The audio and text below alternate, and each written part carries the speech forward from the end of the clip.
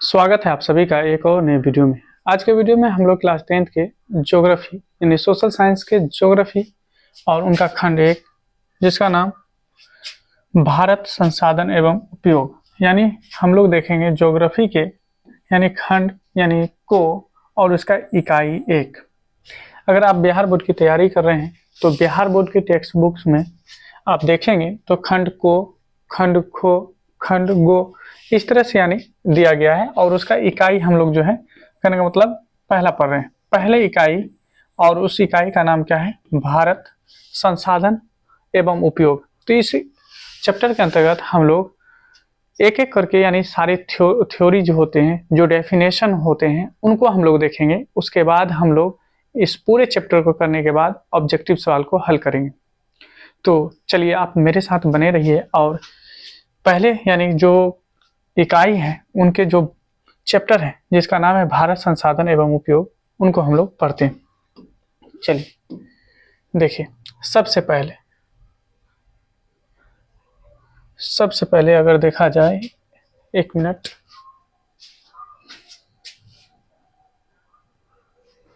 हाँ तो चलिए अब अगर देखा जाए तो ये जो खंड को है, ये खंड को और इकाई एक और चैप्टर का नाम है भारत संसाधन एवं उपयोग। इनके अंतर्गत कौन कौन से चीज हम लोग पढ़ेंगे और क्या छोड़ेंगे, ये सारी चीजों को हम लोग जानेंगे और फिर आगे हम इस चैप्टर को पूरा करने के बाद ऑब्जेक्टिव सवाल को भी बनाएंगे। तो देखिए, सबसे पहले हम लोग जानते हैं कि संसाधन का अर्थ क्या होता है, यानी संसाधन होता क्या है, इसका यानी मतलब क्या है, ये सारी चीजों को हम लोग जानने वाले हैं। तो चलिए लाइन बाय लाइन पढ़ेंगे और चीजों को समझने की प्रयास करेंगे। कहा जाता है कि आप अपने जीवन में अनेक वस्तुओं का उपयोग करते हैं, ठीक है, और आगे कहा जा रहा है कि उपयोग में आने वाली ये सभी वस्तुएं संसाधन है। यानी यहाँ पे अगर समझने की चीज है तो यहाँ पे हम एक डेफिनेशन मुझे मिल गया कि संसाधन क्या होता है।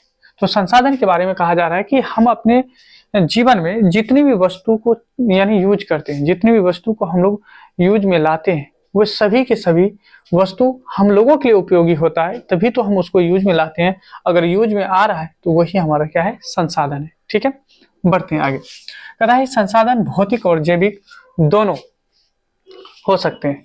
यानी क्या है कि संसाधन जो है ये भौतिक भी हो सकता है और आपका जैविक भी हो सकता है। यानी भौतिक का मतलब होता है निर्जीव पदार्थ और जैविक का मतलब होता है जिसमें जान हो। यानी जितने भी निर्जीव पदार्थ होते हैं वो भी संसाधन है और जितने सजीव होते हैं वो भी संसाधन है। यहाँ तक कि इंसान भी यानी मानव भी एक संसाधन है। ठीक है, आगे देखिए, कहता है जहां तक एक और भूमि यानी भूमि हो गया, मृदा हो गया, जल हो गया, खनिज हो गया, ये सारे के सारे जो है भौतिक यानी पदार्थ है ना, भौतिक पदार्थ मानवीय आकांक्षाओं की यानी पूर्ति में सहायक होकर संसाधन बन जाते हैं। यानी कहने का मतलब अगर हम भूमि के बारे में बात करें, मृदा के बारे में बात करें, जल के बारे में बात करें, खनिज के बारे में बात करें, ये सभी के सभी यानी भौतिक पदार्थ हैं, लेकिन ये हमारी यानी जरूरतों को, आकांक्षाओं को यानी क्या करते हैं? पूरा करते हैं।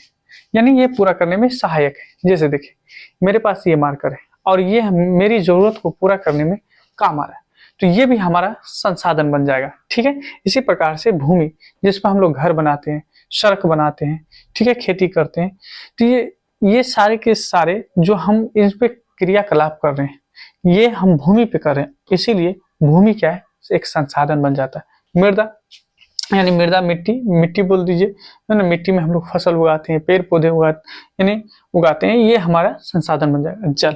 जल से हम तरह तरह के काम कर लेते हैं, जैसे खाने में, पीने में, उसके बाद करने का मतलब कपड़ा धोने में, बर्तन धोने में, तरह तरह के यानी चीजों में हम लोग इस्तेमाल करते हैं, तो ये भी हमारा संसाधन बन जाता है।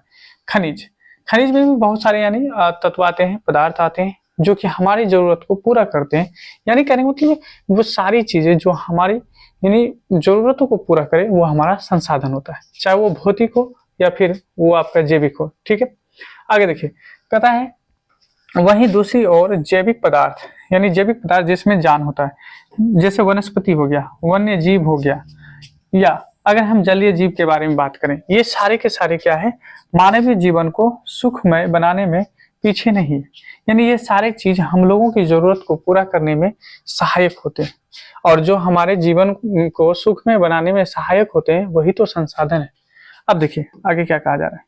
कहता है कि उपरोक्त भौतिक एवं जैविक दोनों पदार्थ तकनीकी या तकनीक सहारे ही जीवनोपयोगी हो पाते हैं। यानी जितने भी भौतिक पदार्थ के बारे में बात कर ले या फिर हम जैविक पदार्थ के बारे में बात कर ले, ये सभी के सभी जो है हमारे जीवन में उपयोगी तब होते हैं जब इसको हम तकनीकी यानी टेक्नोलॉजी के माध्यम से हम इनको अपने लिए सुगम बनाते हैं, तब ये हमारे यानी जीवन में ये उपयोगी हो पाते हैं। इसीलिए हम अगर देखें तो यहाँ पे कह सकते हैं कि जैविक और भौतिक जितने भी पदार्थ होते हैं वो हम लोग तकनीकी तौर से हम अपने जीवन में उपयोग में लाते हैं और ये संसाधन बन जाते हैं। ठीक है, अब देखिए यहाँ पे कहने का मतलब एक प्रसिद्ध भूगोलविद थे, है ना, जिसका नाम था जिमरमैन। क्या था? जिमरमैन। अब देखिए जिमरमैन का एक कथन है। जिमरमैन का कथन क्या है?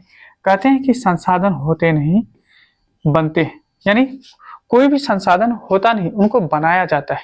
और बनाते कैसे हैं? तो यहाँ पे अभी जस्ट हम लोग देखें कि तकनीकी का मदद लेकर, टेक्नोलॉजी का मदद लेकर हम चीजों को बना पाते हैं। ठीक है, यानी कोई वस्तु अगर पड़ा हुआ है, अगर उसको जब तक हम अपने यूज में नहीं लाएंगे तब तक वो संसाधन नहीं है। अगर वो हमारे यानी जीवन को सुखमय बना रहा है, हमारी आवश्यकताओं को पूरा कर रहा है, तो वो हमारा संसाधन बन जाता है। ठीक है, इसीलिए ये आप याद रखेंगे। ये आपका जो है कथन डायरेक्ट आपके एग्जाम में पूछ लिया जाता है कि संसाधन होते नहीं बनते। ये किसने कहा था? जिमरमैन ने कहा था। किसने कहा था? जिमरमैन। जिमरमैन क्या क्या कौन थे? तो ये एक भूगोलविद थे, यानी भूगोल के बहुत बड़े ज्ञाता थे। देखिए अगला, अब आगे अगर देखें तो हम लोग के सामने है यहाँ पे कि संसाधन, यानी ये हम लोग का अगला टॉपिक है कि संसाधन का महत्व। यानी संसाधन का महत्व हमारे जीवन में क्या है, यानी ये हमारे जीवन में क्या महत्व रखते हैं। तो कहता है कि वर्तमान परिवेश में सेवा को भी संसाधन माना गया है। सेवा को भी क्या माना गया है? याद रखेंगे, सेवा को भी संसाधन माना गया है। आगे देखिए, कोई गायक या कवि, कोई गायक या कवि या चित्रकार अपने क्रियाकलाप से धनार्जन या स्वयं को संतुष्ट करता है, तब उनके द्वारा यह क्रियाकलाप भी संसाधन कहलाएंगे।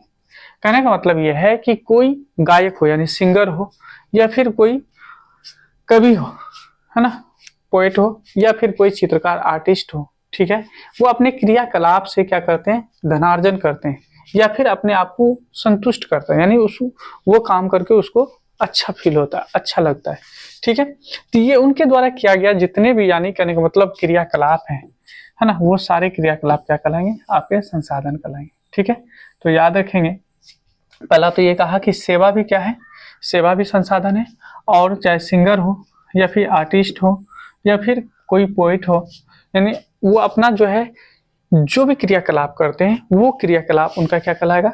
संसाधन कहलाएगा। ठीक है, यहाँ देखिए आगे क्या कहते हैं कि कवि का कविता, रचना, चित्रकार यानी रचना, चित्रकार की चित्रकारी, गायक की गायकी जो सिंगिंग करता है, ये भी क्या है? संसाधन है। यानी गाना कोई गा रहा है तो गाना भी क्या है? एक संसाधन है।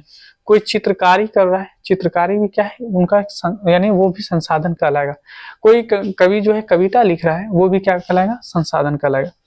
यहाँ तक कि अगर देखा जाए, कहता है सच तो यह है कि मानव स्वयं भी एक संसाधन है। तो याद रखिएगा, ये मोस्ट इंपोर्टेंट बात है कि मानव भी एक संसाधन है। इस बात को आप बिल्कुल यानी याद रखेंगे, क्योंकि इनके द्वारा, किनके द्वारा? यानी मानव के द्वारा, यानी क्योंकि इनके पास ज्ञान यानी तकनीक होता है।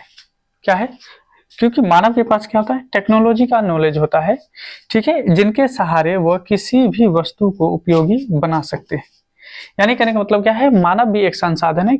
मानव संसाधन इसलिए कहा गया है क्योंकि मानव के पास नॉलेज होता है, टेक्नोलॉजी का नॉलेज होता है। अब उससे किसी भी चीज को अपने जीवन के लिए उपयोगी बना सकता है। इसीलिए हम कह सकते हैं कि मानव क्या है? एक संसाधन है। साथ ही साथ अगर आगे देखें तो कहा जाता है, यहाँ पे कहता है, अतः यह धारणा भ्रामक है कि संसाधन एक प्राकृतिक उपहार है। यानी कहने का मतलब क्या है कि ये कहना गलत होगा कि संसाधन जो है प्राकृतिक उपहार है, यानी हमको प्रकृति से मिला है। नहीं, ऐसा नहीं कर सकते। संसाधन को हम लोग बना सकते हैं, यानी संसाधन हम बना सकते हैं, हम लोगों के द्वारा संसाधन बनता है। कहता है कि संसाधन किसी भी देश का आर्थिक सामाजिक मेरुदंड यानी होता है। अब इस बात को आप बिल्कुल यानी नोट कर लीजिए। क्या कहा गया कि संसाधन जो है किसी भी देश का क्या है, आर्थिक सामाजिक मेरुदंड है, यानी कहने को तो रीढ़ मानी जाती है। किसी भी देश अगर तरक्की की ओर बढ़ेगा तो उनके पास संसाधन का होना बहुत जरूरी है। जब तक संसाधन नहीं होगा वो तरक्की नहीं कर सकता। तो जिस देश के पास जितना संसाधन वो उतना तरक्की कर सकता है, वो उतना धनी हो सकता है, वो उतना विकास कर सकता है। तो याद रखिएगा कि यहाँ पे आर्थिक सामाजिक मेरुदंड किसको कहा गया है, तो संसाधन को कहा गया है। संसाधन जो है किसी भी देश का आर्थिक सामाजिक मेरुदंड यानी कहलाता है। ठीक है, आगे बढ़ते हैं। अब हम लोग का जो अगला टॉपिक है वो है संसाधन का वर्गीकरण, यानी संसाधन का वर्गीकरण क्या है ये हम लोग जानने की प्रयास करते हैं। देखिए यहाँ पे अगर देखें तो संसाधनों का जो वर्गीकरण है वो मूल्यतः यानी पांच तरीके से किया गया है। पांच तरीके से किया गया। पहला क्या है, उपलब्धता के आधार पर। उपलब्धता के आधार पर अगर हम लोग देखें तो संसाधन का जो वर्गीकरण है वो दो यानी हिस्सों में किया गया है। पहला है प्राकृतिक संसाधन, दूसरा है मानवकृत संसाधन। ठीक है, उत्पत्ति के आधार पर अगर हम लोग देखें तो ये भी दो प्रकार के होते हैं, जैव और अजैव संसाधन होते हैं। ठीक है, उपयोगिता के यानी आधार पर देखें तो ये भी आपके दो प्रकार के होते हैं, जिसको नवीकरणीय और अनवीकरणीय यानी संसाधन हम लोग कहते हैं। और स्वामित्व के आधार पर अगर देखें, ऑनरशिप के आधार पर देखें तो इसमें व्यक्तिगत संसाधन आएगा, सामुदायिक संसाधन, राष्ट्रीय संसाधन और अंतर्राष्ट्रीय संसाधन यानी कहलाएंगे, अंतर्राष्ट्रीय संसाधन कहलाएंगे। विकास की स्थिति के आधार पर अगर देखें तो इस पे जो है संभाव्य, विकसित, भंडार और संचित कोष यानी संसाधन, ये सारे संसाधन आते हैं। तो मूलतः हम लोग जो देखने वाले हैं संसाधनों का जो वर्गीकरण है वो पांच तरीके से किया गया है। अब हम एक एक करके यानी सारे यानी वर्गीकरण को हम लोग पढ़ेंगे और आगे बढ़ेंगे। देखिए पहला क्या है, तो पहला कहा जा रहा है यहाँ पे कि उपलब्धता के आधार पर हम लोग के पास जो उपलब्ध है, अवेलेबल है संसाधन है ना, उसके आधार पर हम लोग देखते हैं कि संसाधन जो है वो कौन कौन से संसाधन है जिसको हम उपलब्धता के आधार पर कह सकते हैं कि ये हमारा संसाधन है। तो सबसे पहला है आपका प्राकृतिक संसाधन। ठीक है, यानी नेचुरल रिसोर्स के बारे में हम लोग बात कर रहे हैं, नेचुरल रिसोर्स के बारे में, नेचुरल रिसोर्स। ठीक है, नेचुरल रिसोर्स के बारे में बात करें तो कहा जाता है कि वह संसाधन जो प्रकृति द्वारा प्रदान की गई है वह प्राकृतिक संसाधन है।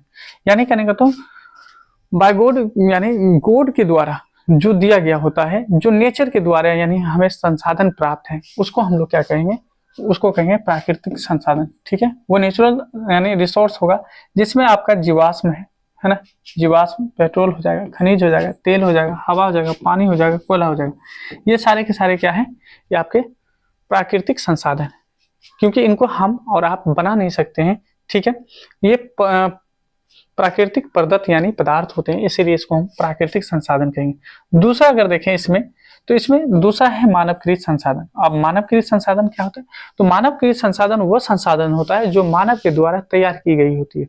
ठीक है, मानव के द्वारा तैयार की गई होती है।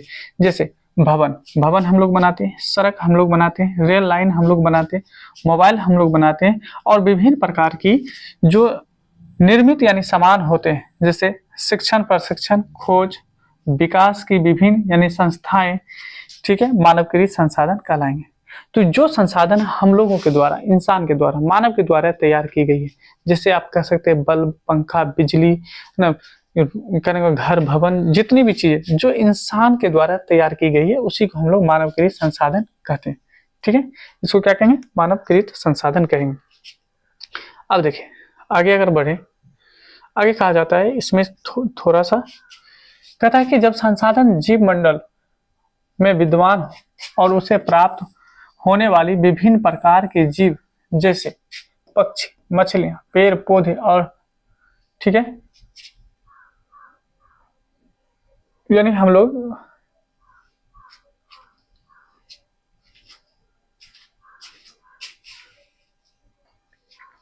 यहाँ पे जैव संसाधन आ गए, इसको हम लोग आगे देखेंगे। जैव संसाधन किसके अंतर्गत आते हैं वो भी हम लोग देख लेंगे।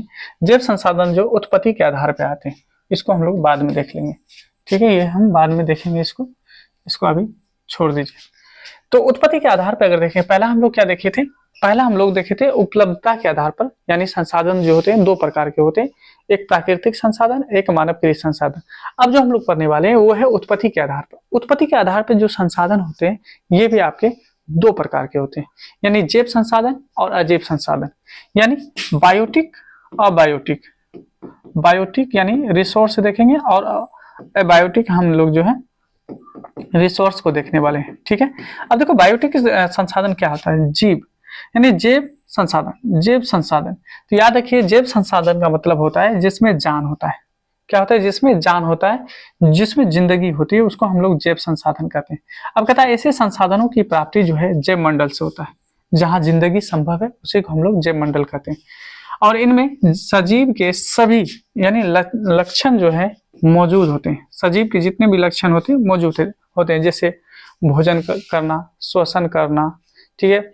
उसके बाद जो है कहने का मतलब बहुत सारी क्रियाकलाप जो यानी एक सजीव में होते हैं। जैसे यहाँ पे देखें मनुष्य, वनस्पति, मत्स्य, पशुधन और अन्य प्राणी समुदाय जो होते हैं ये सभी के सभी क्या है, जैव संसाधन के अंतर्गत आते हैं। यानी वैसा संसाधन जिसमें जान हो, जिंदगी हो, उसको हम लोग जैव संसाधन कहेंगे।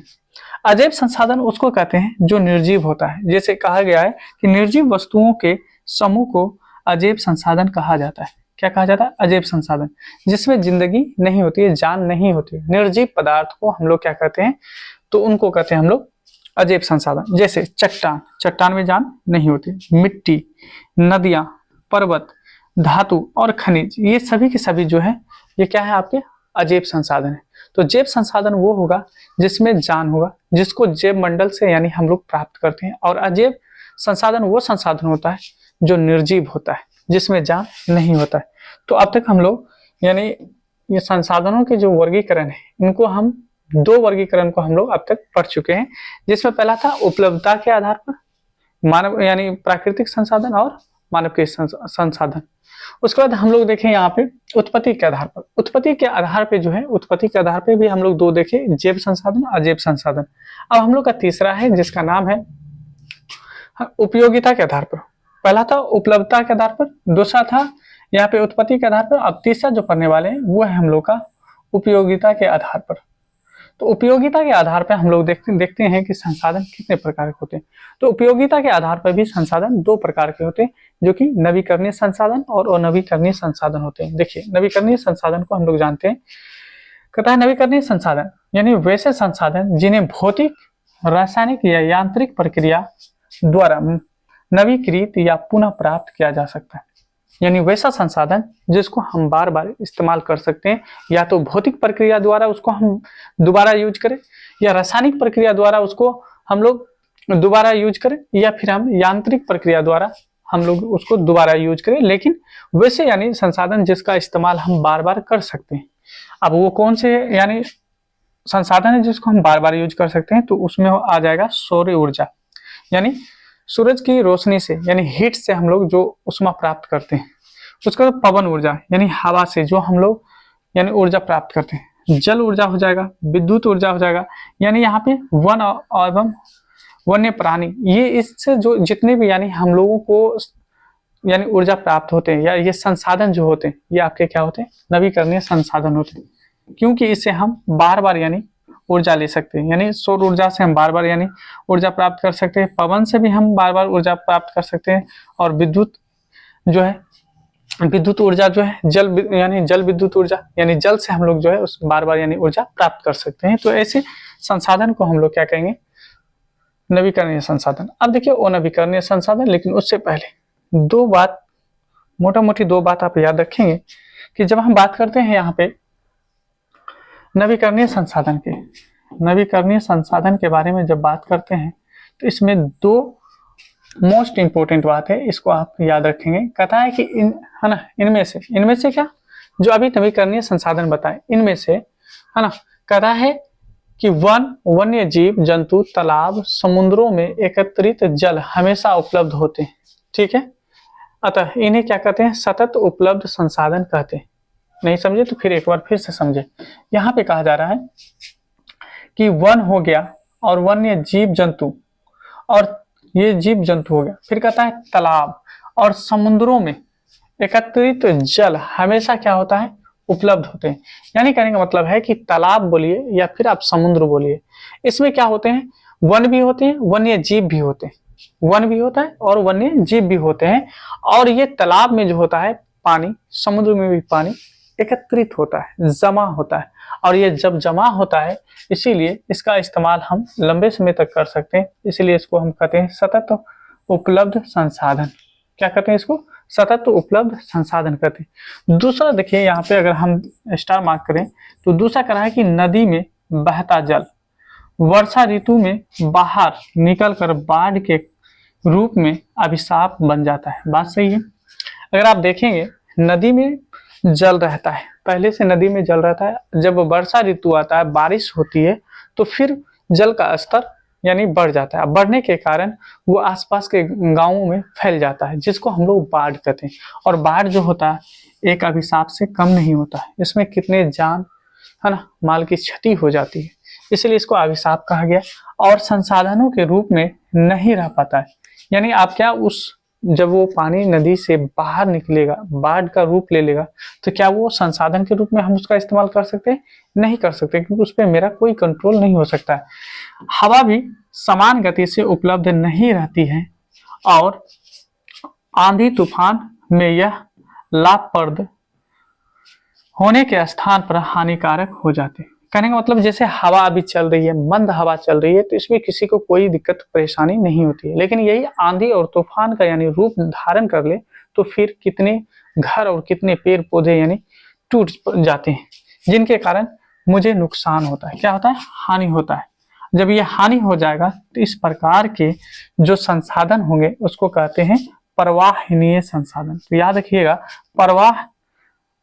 प्रवाहनीय संसाधन वह संसाधन होता है जिसमें हमें मालो जान की नुकसान होती है, और साथ ही साथ ये क्या होता है, जल से और हवा से, यानी जल बहता रहेगा जिसके कारण बाढ़ का यानी रूप आ जाएगा, और हवा जब तेज हो जाएगी तो फिर आंधी तूफान आ जाएगा और उससे मुझे नुकसान होता है। इसीलिए इसको हम लोग प्रवाहनीय संसाधन कहते हैं। ठीक है, अब आ जाते हैं हम लोग उपयोगिता के आधार पर जो हम लोग संसाधन देख रहे हैं, जिसमें हम लोग नवीकरणीय संसाधन देखें। अब हम लोग देखेंगे अनवीकरणीय संसाधन। देखिए अनवीकरणीय संसाधन क्या होता है, इनके बारे में हम जान लेते हैं। नवीकरणीय संसाधन के बारे में बताए थे कि जिसको हम बार बार इस्तेमाल कर सकते हैं उसको नवीकरणीय संसाधन कहते हैं। लेकिन अनवीकरणीय संसाधन के बारे में जब हम बात करेंगे तो इसको हम एक बार के अलावा फिर दोबारा हम इस्तेमाल नहीं कर सकते।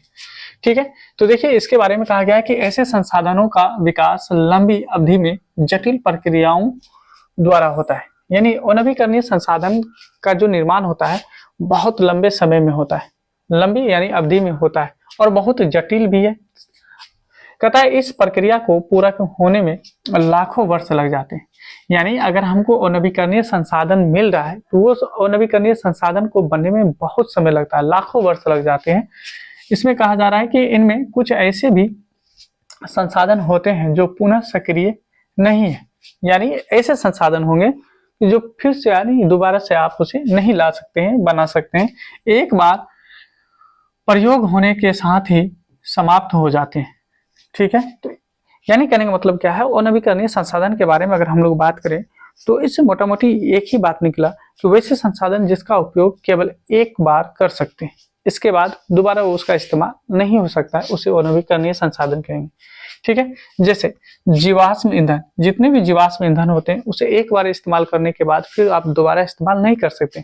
जैसे इसमें तेल के बारे में बात कर लें, कोयला के बारे में बात कर लें, ठीक है, गैस के बारे में बात कर लें, तो ये सब जितने भी यानी आपका संसाधन है इसे एक बार इस्तेमाल करते हैं और दोबारा आप इस्तेमाल नहीं कर सकते। ठीक है, अब आगे बढ़ते हैं। इसमें भी दो यानी स्टार मार्क है, इसको भी हम लोग समझने का प्रयास करें। कहता है कुछ धातु को बार बार पिघलाकर शोधित करके प्रयोग किया जा सकता है, इन्हें चक्रीय संसाधन कहते हैं। ठीक है, अब याद रखिए कि कुछ ऐसे जितने भी यानी धातु होते हैं है ना, खनिज होते हैं, जितने भी खनिज होते हैं ये आपके क्या है, खनिज जो होते हैं ये आपके अनवीकरणीय संसाधन। लेकिन इसके अंतर्गत कुछ ऐसे धातु होते हैं जिसको आप पिघला पिघला कर आप बार बार इस्तेमाल कर सकते हैं। अगर उसको हम बार बार इस्तेमाल कर रहे हैं तो फिर उसको हम लोग कहेंगे चक्रीय संसाधन। उसको क्या कहेंगे, चक्रीय संसाधन। ठीक है, अब ये चक्रीय संसाधन में क्या क्या आ जाएंगे जिसको हम बार बार इस्तेमाल करते हैं। तो देखिए, बार बार इस्तेमाल करने में पवन ऊर्जा आ जाएगा, जल ऊर्जा हो जाएगा, ये सब जो है हमारे चक्रीय संसाधन हो जाएगा, क्योंकि इससे हम बार बार इस्तेमाल कर सकते हैं। दूसरा स्टेप हम देखेंगे, कहता है कि जबकि कोयला और तेल को जला देने पर प्राप्त राख को पुनः कोयला एवं तेल में यानी तेल नहीं बना सकता है, इसका उपयोग केवल एक ही बार हो सकता है, इन्हें अचक्रीय संसाधन कहते हैं। तो देखिए, कोयला के बारे में बात करें या तेल के बारे में बात करें या गैस के बारे में बात करें, इसे एक बार इस्तेमाल कर सकते हैं, दोबारा इस्तेमाल नहीं हो पाएगा। जब नहीं हो पाएगा इसीलिए इसको हम क्या कहेंगे, और चक्रीय संसाधन कहेंगे। यानी चक्रीय का मतलब है कि आप उसे फिर से बना सकते हैं, और चक्रीय का मतलब है हम फिर से उसको नहीं बना सकते, यानी उसका उपयोग नहीं कर सकते हैं। तो अब तक हम लोग 3 यानी वर्गीकरण को देख लिए। पहला था हम लोग का उपलब्धता के आधार पर, जो कि हम लोग देखे प्राकृतिक संसाधन और मानवीय संसाधन। उसके बाद हम लोग क्या देखे, उत्पत्ति के आधार पर जैव संसाधन, अजैव संसाधन। तीसरा देखें हम लोग यहाँ पे अगर देखें तो तीसरा जो हम लोग का था ये था उत्पत्ति के आधार पर, सॉरी उपयोगिता के आधार पर। उपयोगिता के आधार पर ये भी संसाधन 2 प्रकार के थे, जिसमें एक था नवीकरणीय, दूसरा था अनवीकरणीय। नवीकरणीय संसाधन वो था जिसको हम बार बार इस्तेमाल कर सकते हैं, जैसे पवन ऊर्जा, जल ऊर्जा, ये सारे के सारे हम इसे यूज कर सकते हैं, बार बार यूज कर सकते हैं। और दूसरा था इसमें अनवीकरणीय संसाधन जिसको हम केवल एक बार इस्तेमाल कर सकते हैं। अब हम लोग का चौथा है, और चौथा जो हम लोग का वर्गीकरण है वो है स्वामित्व के आधार पर, यानी ओनरशिप। ठीक है, अब देखिए इसमें सबसे पहला आता है व्यक्तिगत संसाधन। पर्सनल रिसोर्स के बारे में बात किया जा रहा है, व्यक्तिगत संसाधन। अब देखिए, व्यक्तिगत संसाधन से ही समझ में आ रहा है किसी खास व्यक्ति का उस पर अधिकार होगा। चलिए समझते हैं इसको। कहता है ऐसे संसाधन किसी खास व्यक्ति के अधिकार क्षेत्र में होता है, जिसके बदले में वह सरकार को लगान भी चुकाते हैं। यानी व्यक्तिगत संसाधन के बारे में बात करें तो व्यक्तिगत संसाधन वो संसाधन होता है जो किसी खास व्यक्ति के अधिकार क्षेत्र में होता है, उनके लिए वो सरकार को टैक्स भी यानी पे करते हैं। ठीक है, आप देखते हैं वो क्या क्या है। जैसे यहाँ पे कहता है भूखंड, घर, अन्य जायदाद जिस पर लोग का निजी स्वामित्व होता है, जैसे इसके अंतर्गत आपका बाग बगीचा आ जाएगा, तालाब भी आ जाएगा, कुआं भी आ जाएगा। अब देखिए यहाँ पे हम लोग समझ चुके हैं कि व्यक्तिगत संसाधन क्या है, यानी ऐसे संसाधन को व्यक्तिगत संसाधन कहेंगे जिसपे किसी खास व्यक्ति का स्वामित्व होता है, अधिकार होता है। ठीक है, अब इनके लिए सरकार को पे भी करते हैं। जैसे हम लोग जमीन, हम लोगों के पास जमीन है तो जमीन का हम लोग क्या करते हैं, टैक्स पे करते हैं। अगर घर है तो घर का भी हम लोग टैक्स पे करते हैं। अगर आपके पास कोई गाड़ी भी है तो उसका भी हम लोग यानी टैक्स पे करते हैं। तो यानी हम सरकार को इसके लिए लगान भी देते हैं। लगान का मतलब टैक्स भी हम लोग क्या करते हैं, पे करते हैं। चाहे आपके पास बाग बगीचा हो, कुआं हो, कुछ भी हो, इनके ये सब पे अगर आप किसी खास व्यक्ति का अधिकार है तो वो आपका व्यक्तिगत संसाधन के अंतर्गत आ जाएंगे। अब दूसरा है सामुदायिक संसाधन, यानी कहने का मतलब यहाँ पे देखेंगे सामुदायिक संसाधन। अब देखिए सामुदायिक संसाधन से अर्थ ये निकलता है कि वो संसाधन जिस संसाधन पर किसी खास व्यक्ति यानी किसी खास समुदाय का अधिकार होता है।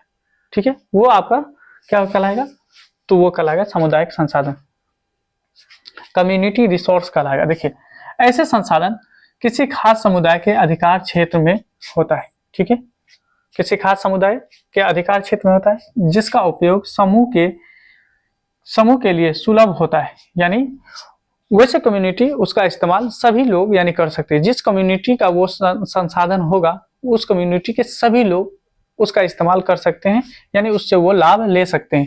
जैसे गांव में चारण भूमि यानी गांव में देखते होंगे कि जानवरों के लिए चारण यानी भूमि होता है, यानी उस पे उस गांव के सभी समुदाय के लोग अपने जानवरों को ले जाकर यानी है ना चराते हैं। दूसरा है शमशान। शमशान अगर देखेंगे तो जिस कम्युनिटी के यानी वो शमशान होंगे वो लोग वहां ले जाकर अपने यानी उस संसाधन का यानी इस्तेमाल करते हैं। दूसरा देखेंगे मंदिर। मंदिर में भी देखेंगे किसी खास समुदाय के लोग उसमें सभी समुदाय उस समुदाय के सभी लोग जाके वहां पे है ना इस संसाधन का उपयोग करते हैं। मस्जिद में भी वही बात है, मस्जिद परिसर में हो गया, फिर सामुदायिक भवन हो गया, सामुदायिक भवन हो गया, फिर तालाब हो गया आदि। नगरीय क्षेत्र में अगर हम बात करें, ये हम गांव के बारे में बात किए थे, अगर हम नगरीय क्षेत्र की बात करें, है ना किसी टाउन सिटी के बारे में बात करें, तो वहां पे सार्वजनिक पार्क होता है, पिकनिक स्थल होता है, खेल का मैदान होता है, मंदिर मस्जिद गुरुद्वारा होता है और गिरजाघर होता है। इस रूप में यानी हम लोग सामुदायिक संसाधन का इस्तेमाल करते हैं।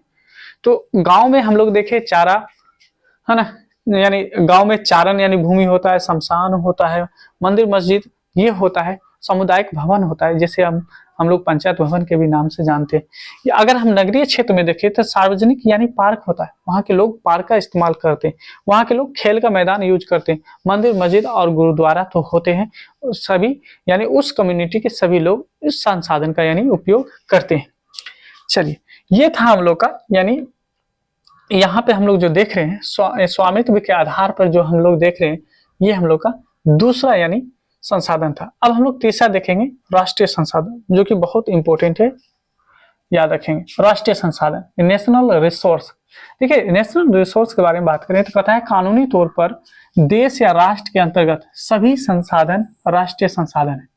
अगर हम कानूनी तौर पर देखें तो देश में जितने भी संसाधन वो क्या है, राष्ट्रीय संसाधन। जितने भी संसाधन है, याद रखिएगा, राष्ट्र के या देश के अंतर्गत आपके पास मेरे पास जितने भी संसाधन है उस पे इस देश के यानी सरकार का यानी अधिकार है, वो चाहे तो उसको अपने कब्जे में ले सकता है, अपने अंदर ले सकता है। देखिए, इनके लिए 2-3 पॉइंट जो है ये बहुत इंपॉर्टेंट है, इसको भी आप समझने का प्रयास करें। कहता है देश की सरकार को वैधानिक हक है, ठीक है, वैधानिक हक है कि वह व्यक्तिगत संसाधन का अधिग्रहण आम जनता के हित में कर सकती, ठीक है। ये बात आप ऐसे भी समझ सकते हैं कि सरकार चाहे तो किसी व्यक्तिगत संसाधन का, जैसे मेरा कोई संसाधन, उस संसाधन को अपने कब्जे में लेकर यानी सभी के लिए सुविधाजनक बना सकते हैं, यानी देश के सभी लोगों के लिए। जैसे आप देखे होंगे कि आपका जमीन या किसी और का जमीन है, उस होके अगर रेलवे का यानी पटरी बिछाना है तो फिर उसका अधिकार में है, यानी व्यक्तिगत संसाधन, वो जमीन उसका व्यक्तिगत में, लेकिन उससे सरकार क्या करती है, वैधानिक रूप से वो उसके व्यक्तिगत संसाधन को अपने अंदर लेती है और फिर उस पर रेल की पटरी बिछा देती है, या वहां पे कोई कारखाना लगा देता है, उससे वहां के सभी समुदाय यानी उस देश के लोगों को क्या होता है, फायदा होता है, ठीक है। यहाँ देखिए, कहता है सागर तट के पास 12 समुद्री मील, 12 समुद्री मील को यानी यहाँ पे 12 नोटी मील कह सकते हैं, है ना, एनएम में यानी नोटी मील्स में यानी मापा जाता है। सब जब हम सागर के तट के दिशा में चलते हैं तो किलोमीटर में नहीं नापकर हम लोग उसको नोटी मील्स में यानी नापते हैं, ये उसी को हम समुद्री मील कहते हैं, या हम कह सकते हैं 19.2 किलोमीटर, ये आपको किलोमीटर में, नोटी मील्स अलग होता है, किलोमीटर अलग होता है, तक के सागरीय क्षेत्र में पाए जाने वाले संसाधन भी देश के संपत्ति होते हैं। यानी कहने का मतलब क्या है कि कोई सागर है, जैसे मान लीजिए हिंद महासागर ही है या बे ऑफ बंगाल या अरब सागर है, तो मान लीजिए अगर ये अरब सागर है तो अरब सागर ये भारत, मान लीजिए कि ये भारत है और ये अरब सागर, मान लीजिए यहाँ पे अरब सागर है, अरब सागर है, ठीक है, अरब सागर है। अब भारत से यानी ये भारत की जो सीमा है यहाँ से लेकर 19.2 किलोमीटर दूर तक, अब इसके अंतर्गत जितने भी संसाधन मिलेंगे, जितने भी संसाधन होंगे उस पे उस देश का अधिकार होगा। जैसे ये भारत का अगर हम मान रहे हैं कि ये भारत है, तो फिर यहाँ 19.2 किलोमीटर तक भारत का यानी उस पे यानी कब्जा रहेगा, ठीक है। उसके अंतर्गत जितने भी यानी संसाधन निकलेंगे उस पे किसका हक होगा, तो यानी भारत होगा। आगे देखिए, किसी राजनीतिक सीमा के अंतर्गत, राजनीतिक सीमा के अंतर्गत तो भूमि, खनिज पदार्थ, जल संसाधन, ठीक है, वन्य जीव, समुद्री जीव 200, यहाँ देखेंगे 200 किलोमीटर सागरीय क्षेत्र तक राष्ट्रीय संसाधन है, याद रखिएगा। अब होता क्या है कि ये कहा गया है किसके लिए, किसी राजनीतिक सीमा के अंतर्गत भूमि, ठीक है। हम और आप जानते हैं कि किसी भी देश, कोई भी जो देश होता है उसका यानी सीमा होता है, मान लीजिए सीमा होता है। अब उस सीमा के अंतर्गत यानी 200 किलोमीटर, अगर 200 किलोमीटर महासागरीय यानी क्षेत्र में देखें, जैसे यहाँ पे अगर देखें, यहाँ पे हिंद महासागर है, हिंद महासागर है, ठीक है, हिंद महासागर है। अब हिंद महासागर है तो यहाँ पे तमिलनाडु है, तमिलनाडु से 200 किलोमीटर दूर तक, ठीक है, इसके अंतर्गत जितने भी यानी संसाधन मिलेंगे, जितने भी संसाधन मिलेंगे वो क्या किसके अंतर्गत आएंगे, वो राष्ट्रीय संसाधन के अंतर्गत आएंगे, ठीक है। चलिए बढ़ते हैं यानी चौथे यानी संसाधन की ओर, और जिसका नाम है अंतर्राष्ट्रीय संसाधन। क्या है अंतर्राष्ट्रीय संसाधन? अंतर्राष्ट्रीय संसाधन के बारे में जानते हैं। कहता है ऐसे संसाधनों का नियंत्रण अंतर्राष्ट्रीय संस्था करती है। तटरेखा से 200 किलोमीटर दूर छोड़कर खुले महासागरीय संसाधनों पर किसी देश का आधिपत्य नहीं होता। ऐसे संसाधन का उपयोग सिर्फ अनुसंधान हेतु अंतर्राष्ट्रीय संस्थाओं की सहमति से किसी राष्ट्र द्वारा किया जा सकता है। कहने का मतलब क्या है, अभी हम जस्ट बताए कि मान लीजिए कि ये यहाँ पे तमिलनाडु है, ये तमिलनाडु है, यहाँ पे ही तमिलनाडु है। अब देखिए तमिलनाडु है, अब कहा गया कि अगर हम देखें 200 किलोमीटर दूर तक, यहाँ तक, तो कहने का मतलब भारत का यानी इस पे अधिकार होगा। लेकिन अब ये 200 किलोमीटर यहाँ तक इसको छोड़ दिया जाए, अब इसके बाद जो खुला यानी जगह है, ये जो महासागर है, ठीक है, अब इस महासागर में किसका यानी अधिकार होगा, वो अंतरराष्ट्रीय है ना, अंतरराष्ट्रीय यानी संसाधन के अंतर्गत चले जाएंगे, और उसका जो कहने का मतलब आधिपत्य होगा वो किसी देश का नहीं होकर अंतरराष्ट्रीय संस्थान में चला जाएगा, ठीक है। अब अंतरराष्ट्रीय संस्थान में जाने का अर्थ ये हो गया कि अगर आप हम इस संसाधन का, यहाँ पे मान लीजिए कोई संसाधन निकले, है ना, या यहाँ पे हम किसी चीज का प्रशिक्षण करें, यानी यहाँ पे हम किसी भी चीज को टेस्ट करें, तो उनके लिए पहले अंतर्राष्ट्रीय संस्थान से हमको, है ना, सहमति लेना पड़ेगा, उनसे हमको यानी आज्ञा लेना पड़ेगा, अनुमति लेना पड़ेगा। उसके बाद आप चाहे तो यहाँ पे कोई भी प्रशिक्षण कर सकते हैं, या आप ये इसके अंतर्गत जो संसाधन होगा उसका आप इस्तेमाल कर सकते हैं, ठीक है। तो याद रखिएगा अंतर्राष्ट्रीय संसाधन में क्या है, 200 किलोमीटर महासागरीय क्षेत्र के बाद वाला जो क्षेत्र आएगा वो अंतर्राष्ट्रीय संस्थान में चला जाएगा। अब देखिए कहा जाता है कि किसी देश की तट रेखा 200 किलोमीटर की दूरी तक महासागरीय क्षेत्र को किसी देश का अपमार्जक आर्थिक क्षेत्र कहा जाता है। यानी कहने का मतलब क्या है कि भारत का अगर हम देखें यहाँ तमिलनाडु से 200 किलोमीटर, हम तमिलनाडु ही ले लिए, आप इधर अरब सागर में भी जा सकते हैं, बे ऑफ बंगाल में जा सकते हैं। यहाँ देखिए 200 किलोमीटर दूर तक जितने भी संसाधन उनके अंतर्गत हमको मिलेंगे वो हमारा अपमार्जक आर्थिक क्षेत्र कहलाएगा। क्या कहलाएगा वो? अपमार्जक आर्थिक क्षेत्र कहलाएगा, जहां से आप मछलियां पकड़ने तथा, है ना, बोतल से धातु यानी धातु एवं अन्य वस्तु प्राप्त करने की उसे अधिकार है। यानी 200 किलोमीटर दूर तक आप चाहें तो उसमें मछली पकड़ सकते हैं। उसके अंदर अगर आपको तेल का कुआं मिल जाए, या उसके अंतर्गत आपको कोई खनिज मिल जाए, कोई तत्व मिल जाए, तो वो सभी के सभी किसी देश का उस पर अधिकार होगा। जो देश यानी उससे सटा होगा 200 किलोमीटर दूर तक उस देश का होगा। लेकिन 200 किलोमीटर के बाद खुला क्षेत्र जितना भी होगा वो अंतर्राष्ट्रीय संस्थान में चला जाएगा। यानी उसके अंतर्गत जितने भी संसाधन मिलेंगे वो अंतर्राष्ट्रीय संसाधन हो जाएंगे, ठीक है। बढ़ते हैं अब आज का यानी कहने का मतलब वर्गीकरण का यानी लास्ट है चैप्टर, तो अभी बहुत है। देखिए वर्गीकरण का लास्ट है, पहला यानी वर्गीकरण का जो लास्ट यानी आपका वर्गीकरण है वो है विकास की स्थिति के आधार पर संसाधन के प्रकार। तो विकास के स्थिति के आधार पर जो संसाधन के प्रकार है, पहला हो जाएगा संभावित संसाधन। क्या होगा? संभावित संसाधन। संभावित संसाधन क्या होता है? तो कहता है ऐसे संसाधन जो किसी क्षेत्र विशेष में मौजूद होते हैं, जिसे उपयोग में लाए जाने की संभावना रहती है, इसका उपयोग अब तक नहीं किया गया है ना। देखिए कहने का मतलब ऐसा संसाधन जो किसी विशेष क्षेत्र में, किसी क्षेत्र में मौजूद तो है लेकिन उसको अब तक यानी उपयोग में नहीं लाया गया है। अब नहीं लाया गया है तो वैसे ही संसाधन को हम लोग संभावित संसाधन कहते हैं। अभी तक उपयोग भी नहीं लाया गया, आने वाले वक्त में हम इसको ला सकते हैं, तो ये संभावना है कि आने वाले वक्त में ऐसे संसाधनों का उपयोग किया जाएगा। जैसे हिमालय क्षेत्र में खनिज, है ना, जिसका उत्खनन अधिक गहराई में होने के कारण दुर्गम एवं महंगा है। यानी हम हिमालय क्षेत्र में देखें तो वहां हमको खनिज मिला है, लेकिन इतनी गहराई में है कि उसको हम खोद के निकालने में बहुत यानी कठिनाई भी है और थोड़ा कॉस्टली भी पड़ेगा। इसीलिए आने वाले वक्त में जब टेक्नोलॉजी बन जाएगा तो वैसे क्षेत्रों से हम लोग खनिजों को निकालेंगे। कहता है इस प्रकार राजस्थान एवं गुजरात के क्षेत्र में पवन ऊर्जा, सौर ऊर्जा की असीम संभावना है, किंतु अब तक इनका सही रूप से विकास नहीं हो पाया। अगर हम गुजरात के बारे में बात करें या फिर हम बात करते हैं राजस्थान के बारे में, तो ऐसे क्षेत्र में जो है यानी सौर ऊर्जा और पवन ऊर्जा की भंडार है। यानी आप चाहे तो वहां से बहुत सारे हम सौर ऊर्जा से यानी हम विद्युत प्राप्त कर सकते हैं, यानी एनर्जी प्राप्त कर सकते हैं, और पवन से भी हम लोग एनर्जी प्राप्त कर सकते हैं। लेकिन हमारे पास अभी उतनी टेक्नोलॉजी और उतनी यानी संसाधन नहीं हो पाया है जिसके इस्तेमाल से हम इस संभावित संसाधन का सही से उपयोग कर पाए। तो आने वाले वक्त में हम ऐसे संसाधनों का उपयोग करेंगे, तो इसीलिए इसको संभावित संसाधन कहा गया है। आगे देखेंगे तो आगे दिया गया है आपका विकसित संसाधन। अब विकसित संसाधन क्या है, तो कहा जाता है कि ऐसे संसाधन जिसका सर्वेक्षणोपरांत उपयोग हेतु मात्रा एवं गुणवत्ता का निर्धारण हो चुका है।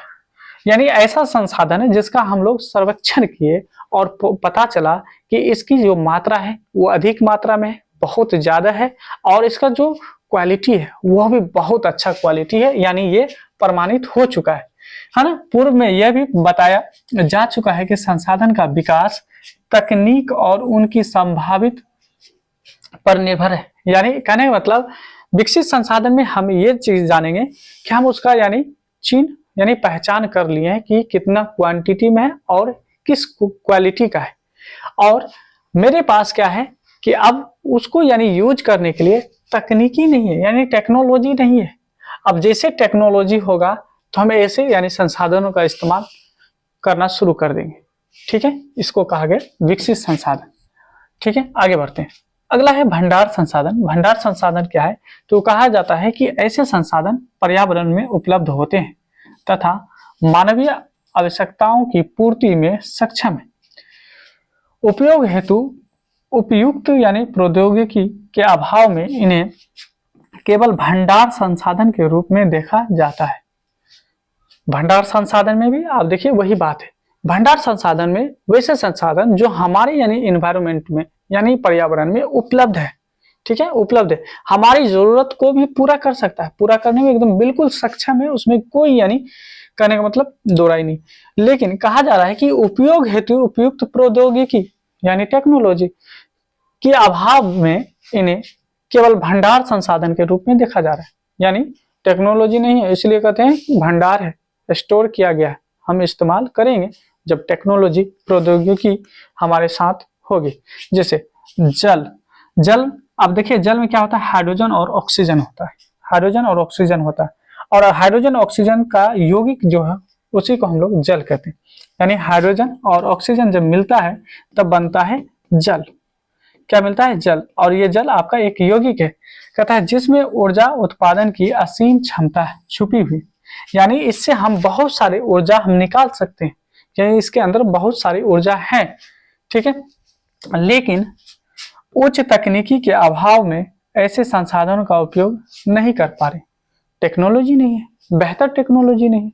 अगर बेहतर टेक्नोलॉजी जब हो जाएगा तो फिर हम इन चीजों का इस्तेमाल आसानी से कर सकते हैं। ठीक है, बढ़ते हैं आगे।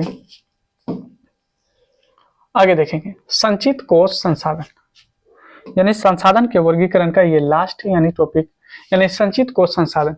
कहता है वास्तव में ऐसे संसाधन भंडार संसाधन के ही अंश है। जो अभी हम भंडार संसाधन देखे उसी के अंश यानी उसी के हिस्से को हम संचित कोष संसाधन कहते हैं, जिसे उपलब्ध तकनीक के आधार पर प्रयोग में लाया जा सकता है। ठीक है, इसका तत्काल उपयोग प्रारंभ नहीं हुआ है। टेक्नोलॉजी यानी टेक्नोलॉजी नहीं होने के कारण यानी हम संचित को करके रखे हुए हैं। ठीक है, यह भविष्य की पूंजी है, यानी आने वाले वक्त में हम इसका इस्तेमाल करेंगे। जैसे कहा जाता है यहाँ पे नदी जल भविष्य में जल विद्युत उत्पन्न करने में प्रयुक्त हो सकती है, यानी नदी के अंदर जो जल है उससे हम लोग विद्युत जल प्राप्त कर सकते हैं। ठीक है, वर्तमान में इसका प्रयोग अत्यंत ही सीमित है, यानी अभी वर्तमान में यानी हम लोग जल से विद्युत तो निकाल रहे हैं, बना रहे हैं, लेकिन वो पर्याप्त रूप से हम लोग नहीं निकाल पा रहे। क्यों? क्योंकि हमारे पास ऐसे संसाधनों का उपयोग करने के लिए टेक्नोलॉजी की अभाव है। अगर बेहतर टेक्नोलॉजी हो जाए तो फिर हम जल्द से अच्छी मात्रा में यानी क्वांटिटी में हम विद्युत को प्राप्त कर सकते हैं। ठीक है, और आगे कहा जाता है ऐसे संसाधन वन में या बांधों में जल के रूप में संचित है। ठीक है, तो यानी बांध में यानी पानी भंडारित है, लेकिन हम उससे अभी विद्युत नहीं बना पा रहे हैं, अच्छे क्वांटिटी में नहीं बना पा रहे हैं, इसलिए कि हमारे पास अच्छी टेक्नोलॉजी नहीं है। तो इस तरह से अभी हम लोग क्या किए हैं, जो संसाधन के वर्गीकरण थे उनको हम लोग एक एक करके देख लिए। अब हम लोग पढ़ेंगे संसाधन नियोजन। अब संसाधन नियोजन क्या होता है इसके बारे में हम लोग समझते हैं। कहा जाता है संसाधनों का विवेक पूर्ण उपयोग ही संसाधन नियोजन है। ठीक है, याद रखिएगा, नियोजन, किसी भी चीज का नियोजन होना बहुत जरूरी है। जब तक आप किसी भी चीज को नियोजित तरीके से उपयोग नहीं करेंगे तो फिर आपका आने वाला वक्त बेहतर नहीं हो सकता है। तो सावधानी पूर्वक अगर हम किसी चीज का यूज कर रहे हैं, इस्तेमाल कर रहे हैं, प्रयोग कर रहे हैं, तो वह हम नियोजित तरीके से कर रहे हैं, उसी को हम नियोजन कहते हैं। ठीक है, कहता है वर्तमान परिवेश में संसाधनों का विवेकपूर्ण उपयोग हमारे सामने चुनौती बनकर खड़ा है। यानी हम लोग वर्तमान समय में सही ढंग से यानी नियोजित तरीके से हम लोग संसाधनों का इस्तेमाल नहीं कर पा रहे हैं।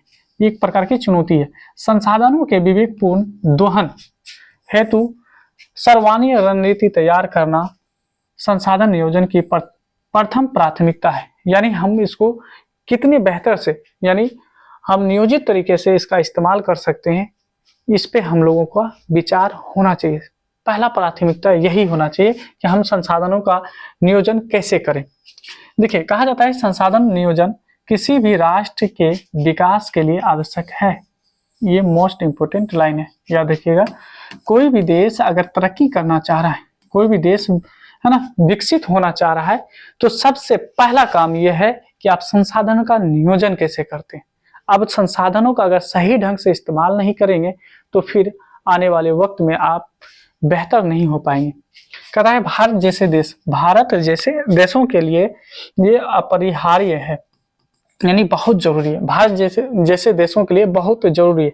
अब बोलिए भारत जैसे देशों के लिए बहुत जरूरी क्यों है?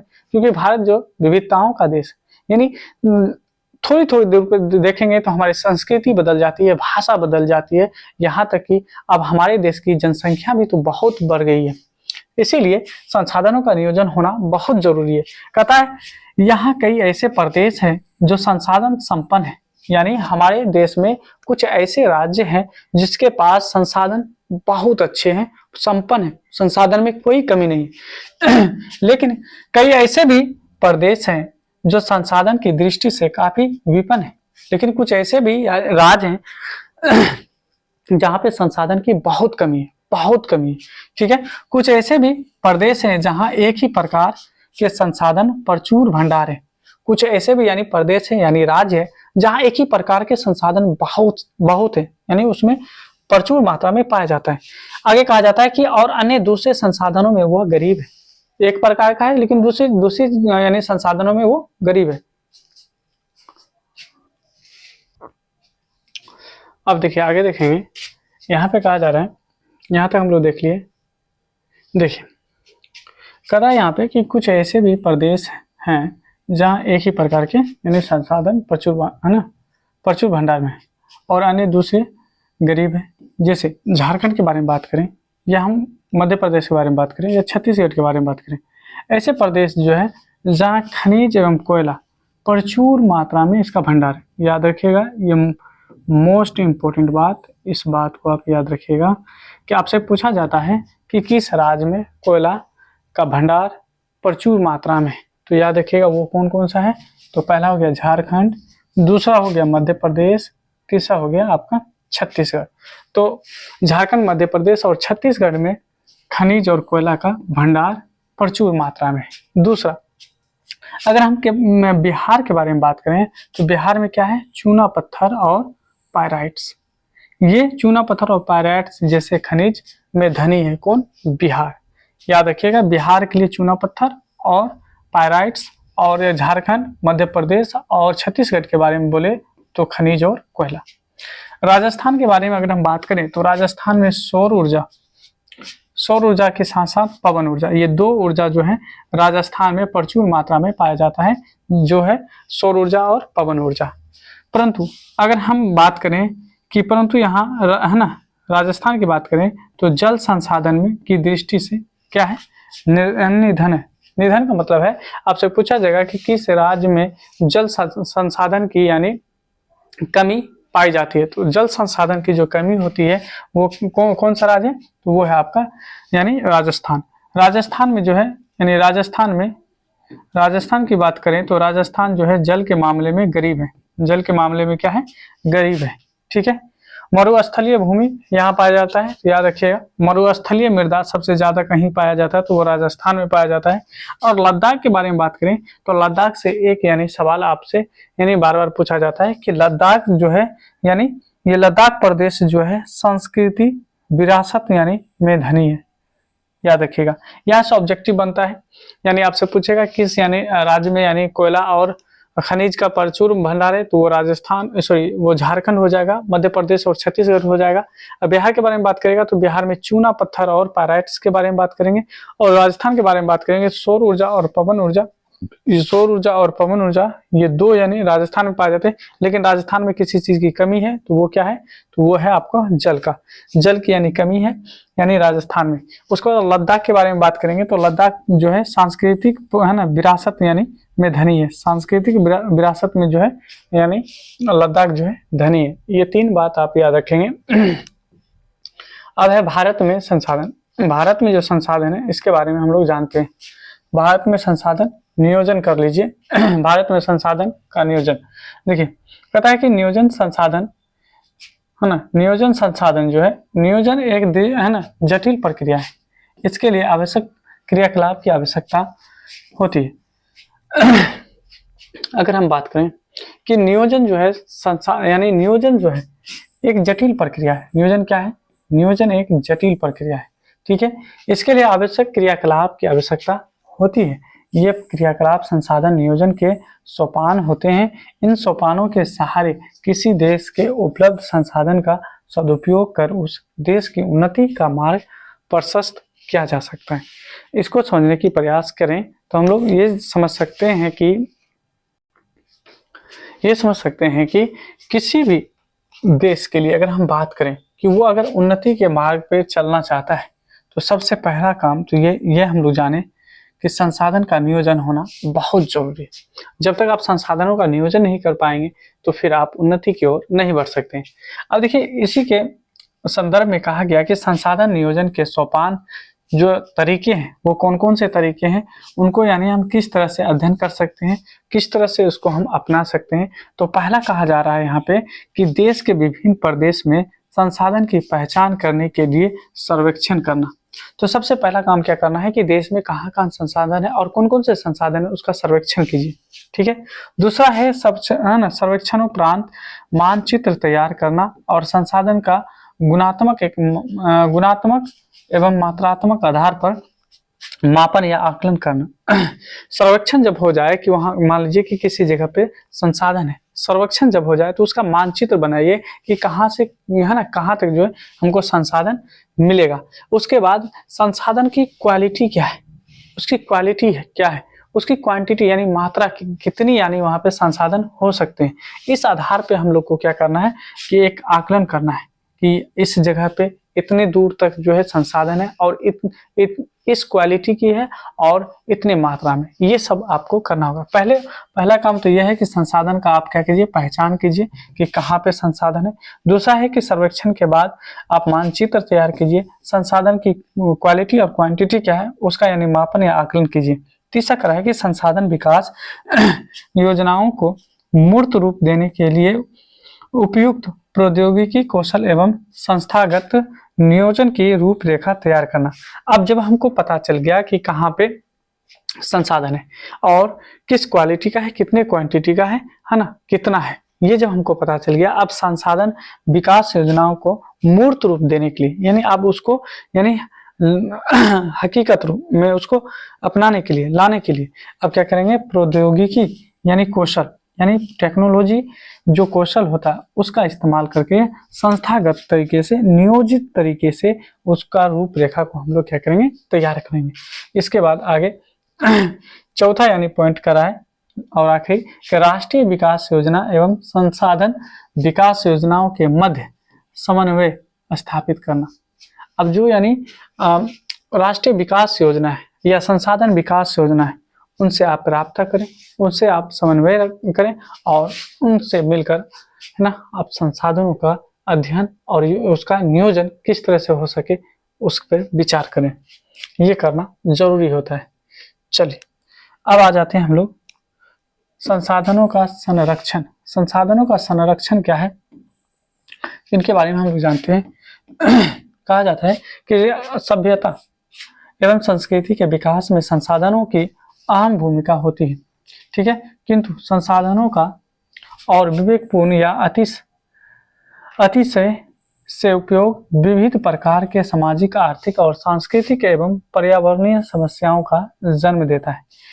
यानी अर्थात कहने का मतलब क्या है कि ये सभ्यता एवं संस्कृति के विकास में संसाधनों की जो होती है ये बहुत अहम भूमिका होती है। अगर आप चाहते हैं कि हमारा सभ्यता और संस्कृति में विकास हो, है ना, उन्नति हो, तो सबसे बड़ी चीज होता है कि संसाधनों का आप नियोजन कैसे कर रहे हैं, संसाधनों का विकास कैसे हो रहा है, संसाधनों का इस्तेमाल आप कैसे कर रहे हैं। जब तक आप इस पे बात नहीं करेंगे तो फिर आप क्या करेंगे कि संसाधनों का दुरुपयोग करेंगे। जब संसाधनों का दुरुपयोग होगा तो फिर हमें सामाजिक रूप से, आर्थिक रूप से, सांस्कृतिक रूप से हमें नुकसान होगा, यानी समस्याओं को हम क्या करेंगे, जन्म देंगे।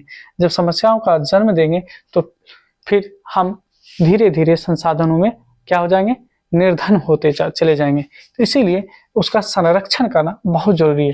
इन समस्याओं के समाधान हेतु विभिन्न स्तरों पर सर्वेक्षण की आवश्यकता है, यानी अलग अलग हम तरीके से संरक्षण कर सकते हैं, संरक्षण कर सकते हैं। संसाधनों का नियोजित एवं विवेकपूर्ण उपयोग ही संरक्षण कहलाता है। यानी यहाँ से अगर हम देखें, इस बात को समझने की प्रयास करें तो क्या कहा जा रहा है, कहा जा रहा है कि संसाधनों का नियोजित एवं विवेकपूर्ण उपयोग ही क्या कहलाएगा, हमारा संरक्षण कहलाएगा। तो संसाधनों को सही ढंग से नियोजित तरीके से यानी उपयोग करना ही क्या है, संसाधन संरक्षण है।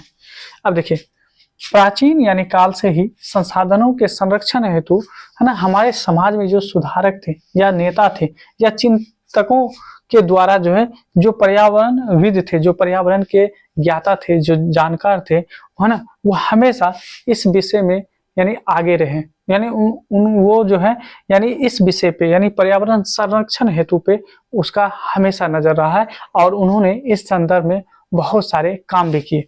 उनमें से एक है महात्मा गांधी। और महात्मा गांधी पर्यावरण संरक्षण हेतु क्या बोले थे, महात्मा गांधी का एक कथन है, ये कथन महात्मा गांधी के द्वारा दी गई है।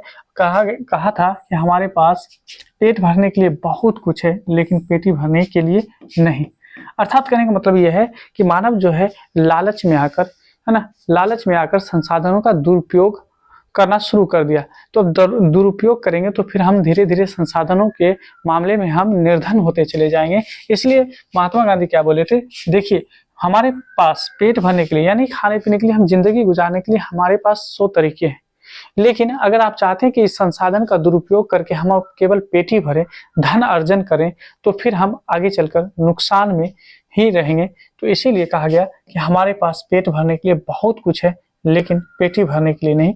यानी आप पेट भरने के लिए उतना ही संसाधन का उपयोग कीजिए जितना से आपका और आपके परिवार चल सके, लेकिन लालच वश में आकर संसाधनों का दुरुपयोग ना करें। इसके अलावा एक मेधा पाटेकर थे जिन्होंने संसाधनों का सही यानी संरक्षण किया, जो कि एक मुहिम चलाया था जिसका नाम था नर्मदा बचाओ अभियान। नर्मदा बचाओ अभियान किनके द्वारा चलाया गया था, मेधा पाटेकर के द्वारा। दूसरा एक था सुंदरलाल बहुगुणा, इन्होंने क्या किए थे, एक ये भी अभियान चलाए थे जिसका नाम था है ना, चिपको आंदोलन। ठीक है, एक संदीप पांडे, यानी आप ये देखिए, एक इससे पहले हम बताए थे जिम्मरमैन, है ना, जिमरमैन बताए थे। जिमरमैन जो है,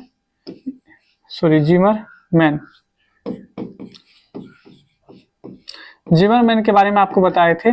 जिमरमैन क्या बोले थे, है ना, कि संसाधन होते नहीं बनते हैं। दूसरा यहाँ पे देखिए महात्मा गांधी क्या बोले कि हमारे पास पेट भरने के लिए बहुत कुछ है पेट ही भरने के लिए नहीं। मेधा पाटेकर तीसरा है, यानी ये कौन सा अभियान चलाए थे, नर्मदा बचाओ अभियान। और सुंदरलाल बहुगुणा ये आपका चौथा है, जिन्होंने चिपको आंदोलन चलाए थे। और पांचवा है संदीप पांडे। संदीप पांडे वर्षा जल संचयन पर कृषि भूमि का विस्तार पे यानी ये जोर दिए थे। यानी ये बोले थे कि जो बारिश का पानी होता है उसको आप संचयित करें और अपने खेतों में यानी फसलों के लिए आप उपयोग कर सकते हैं, जो कि अत्यंत ही है ना सराहनीय यानी कदम था, बहुत ही अच्छा कदम था। इससे हमारे संसाधन के जो संरक्षण होते हैं उसमें अहम भूमिका निभाया। देखिए आगे देखिए, ये आपका क्वेश्चन भी बनता है और बहुत इंपॉर्टेंट है, यानी रॉबर्ट्स इकोनॉमी यानी डाकुओं की अर्थव्यवस्था क्या है। ये आपके एग्जाम में पूछा जाता है, ऑब्जेक्टिव और सब्जेक्टिव, यानी ऑब्जेक्टिव और सब्जेक्टिव दोनों यानी सवालों में इसको पूछा जाता है। कहा गया डाकुओं की अर्थव्यवस्था, यानी आपसे पूछा जाएगा डाकुओं की अर्थव्यवस्था क्या है। तो कहा जाता है कि मानव एवं तकनीकी की शोषणात्मक दोहन प्रवृत्ति डाकुओं की अर्थव्यवस्था कहलाती है। ठीक है, यानी मानव की बात कर ले या तकनीकी का हम क्या कहें, शोषणात्मक दोहन कर रहे हैं, और शोषणात्मक दोहन ही क्या कहलाता है, डाकुओं की अर्थव्यवस्था कहलाता है। उम्मीद करते हैं कि आप ये समझ गए होंगे। अब देखिए हम लोग के पास अब यहाँ से बहुत इंपॉर्टेंट चीज देखिए संसाधनों के संरक्षण हेतु अंतर्राष्ट्रीय स्तर पर किए गए अनेक सम्मेलन, यानी अंतर्राष्ट्रीय स्तर पर क्या किया गया, सम्मेलन बिठाया गया कि संसाधनों का जो संरक्षण होना चाहिए किस तरह से होना चाहिए। अगर संसाधनों का संरक्षण ना किया जाए तो फिर हम पूरे यानी विश्व में हम संकटों का सामना करने के लिए तैयार रहेंगे। तो इसीलिए अंतर्राष्ट्रीय स्तर पर क्या किया गया, संरक्षण हेतु यानी सम्मेलन बुलाया गया। सबसे पहला जो सम्मेलन था वो था क्लब ऑफ रोम, जो कि 1968 में किया गया था, यानी 1968 ईस्वी में किया गया था क्लब ऑफ रोम सम्मेलन। अब देखिए क्लब ऑफ रोम जो है 1968 में पहली बार अंतर्राष्ट्रीय स्तर पर संसाधनों के विवेकपूर्ण उपयोग का प्रस्ताव रखा गया। यानी पहली बार 1968 में जो है संसाधनों के संरक्षण हेतु पहला यानी जो सम्मेलन था वो था क्लब ऑफ रोम में। कब, 1968 में। दूसरा देखिए आगे अगर हम देखें यहाँ पे दूसरा है विश्व शिखर सम्मेलन। क्या है, विश्व शिखर सम्मेलन 1972। ठीक है, यानी 1968 के 4 साल बाद जो है कहने का मतलब 1972 में यानी विश्व शिखर सम्मेलन यानी बुलाया गया। इसमें पर्यावरण संरक्षण हेतु सर्वप्रथम स्टॉकहोम, ये आप याद रखेंगे, ये आपके इम्तिहान में ये पूछा जाता है ना। स्टॉकहोम में विश्व शिखर सम्मेलन 1972 ईस्वी में आयोजित हुआ था। इस सम्मेलन के पश्चात प्रत्येक वर्ष 5 जून को पर्यावरण दिवस के रूप में मनाया जाता है। यानी कहने का मतलब क्या है कि अगर देखा जाए तो विश्व शिखर सम्मेलन जो 1972 ईस्वी में यानी बैठाया गया था यानी बुलाया गया था, और इस सम्मेलन के बाद प्रत्येक साल यानी 5 जून को पर्यावरण दिवस के रूप में मनाने का यानी घोषणा किया गया। इससे क्या फायदा था कि प्रत्येक 5 जून को हम पर्यावरण के लिए लोगों को जागरूक करेंगे, लोगों में अवेयरनेस फैलाएंगे कि हम अपने पर्यावरण को किस तरह से सुरक्षित रख सकते हैं। इसीलिए 5 जून को प्रत्येक वर्ष जो है पर्यावरण दिवस के रूप में मनाया जाता है। अब आगे देखेंगे, एक किताब है, एक पुस्तक है। अब ये पुस्तक है क्या, तो इसके बारे में हम लोग जानते हैं। Small is beautiful.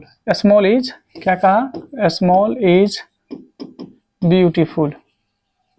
Small is beautiful, देखिए कहा क्या, स्मॉल इज ब्यूटीफुल यानी 1974 ईस्वी में, यानी कहता है कि 1974 ईस्वी में सुमशेर है ना, यहाँ पे शमशेर लिखा हुआ है, कहीं पे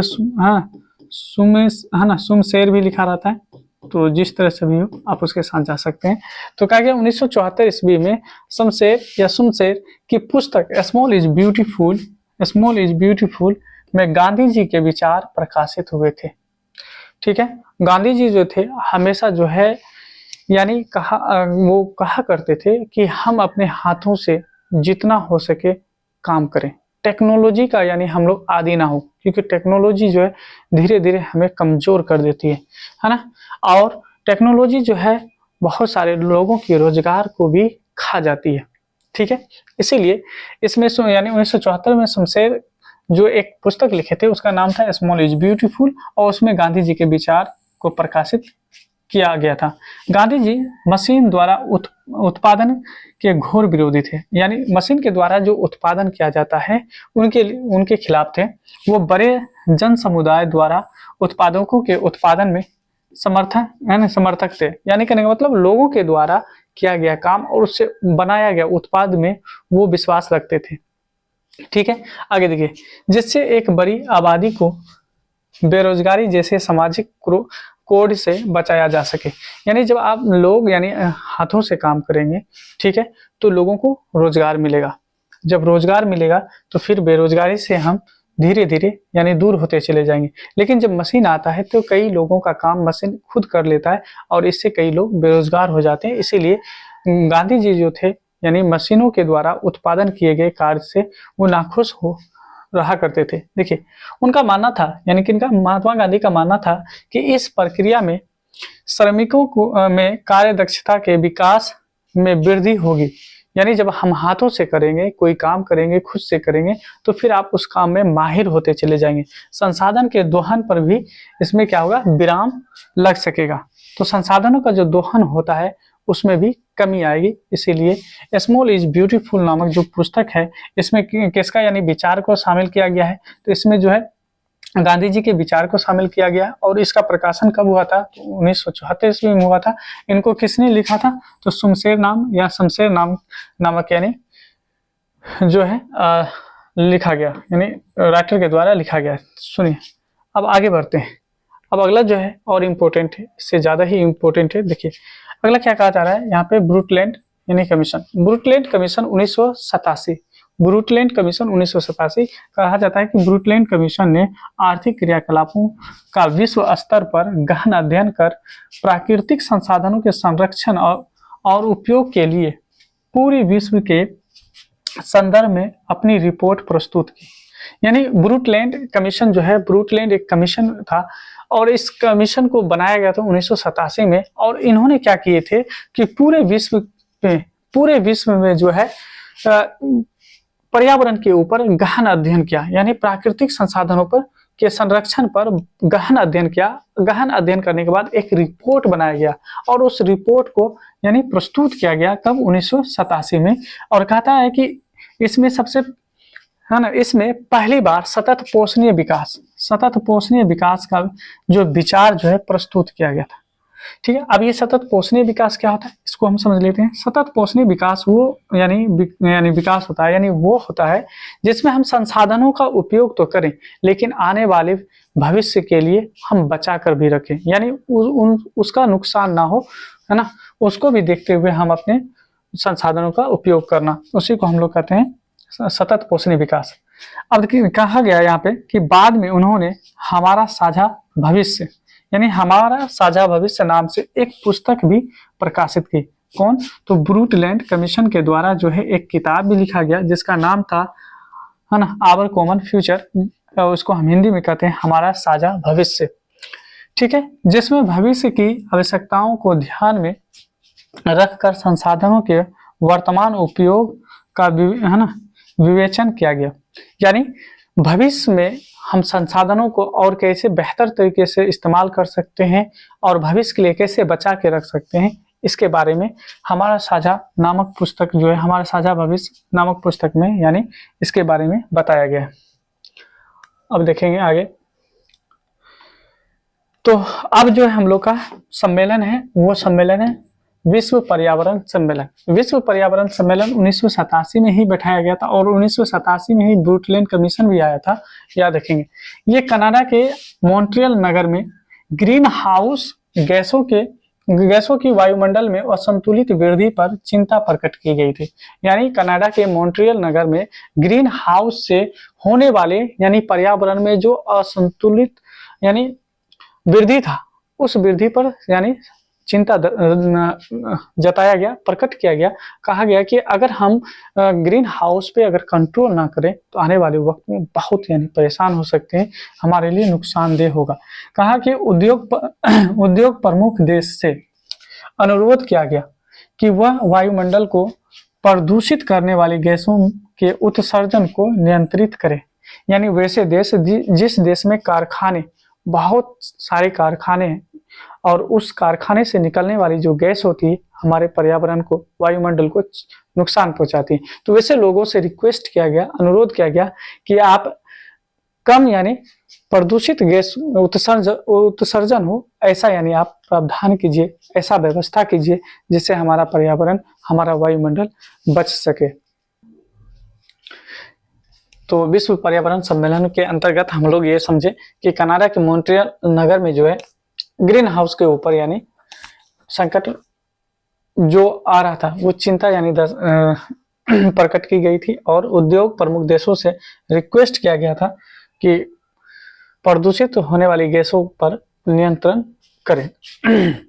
अब आगे चलिए, आगे है प्रथम पृथ्वी सम्मेलन।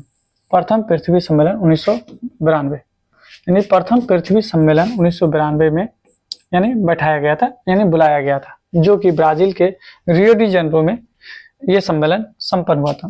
देखिए, प्रथम पृथ्वी सम्मेलन आयोजन 3 जून से 14 जून 1992 को ब्राजील के रियो डी जेनेरो, ये तीनों चीज याद रखेंगे। प्रथम पृथ्वी सम्मेलन 1992 कहाँ हुआ था? तो ब्राजील के रियो डी जेनेरो शहर में। ये तीनों आपके एग्जाम में पूछे जाते हैं, जिसमें विकसित और विकासशील देशों के लगभग 178, देखिए कहीं कहीं 170 भी आता है, 178 या 170 प्रतिनिधियों ने भाग लिया। इस सम्मेलन में ग्लोबल वार्मिंग, वन संरक्षण, जैव विविधता कार्यक्रम यानी 21 एजेंडा 21 इसी को कहा जाता है, रियो घोषणा पत्र पर समझौता किए गए। यानी कहने का मतलब 1992 में ब्राजील के शहर रियो डी जेनेरो में यानी प्रथम पृथ्वी सम्मेलन का आयोजन हुआ। इस आयोजन में जो लोगों ने भाग लिए वो कौन कौन से देश के लोग आए? तो जो विकसित देश थे और जो विकासशील देश थे उन देशों के प्रतिनिधि ने लगभग 170 या 78 जो है प्रतिनिधि ने भाग लिया। भाग लेने के बाद इस पे जो मीटिंग में यानी बात बनी वो बनी कि ग्लोबल वार्मिंग या वन संरक्षण या जैव विविधता या एजेंडा 21 या है ना, ये सारे घोषणा पत्र पर यानी सहमति बैठे यानी हुई कि हमें किस तरह से ग्लोबल वार्मिंग को यानी पे हमको काम करना है, वन संरक्षण पे काम करना है, जैव विविधता पे काम करना है। उनके लिए एक एजेंडा 21 घोषणा पत्र यानी तैयार किया गया। अब इसी ये घोषणा पत्र क्या है यानी एजेंडा 21 क्या है इसके बारे में जान लेते हैं। तो कार्यक्रम 21 या एजेंडा 21 अगर इसके बारे में बात करें तो कहा जाता है कि संयुक्त राष्ट्र पर्यावरण और विकास,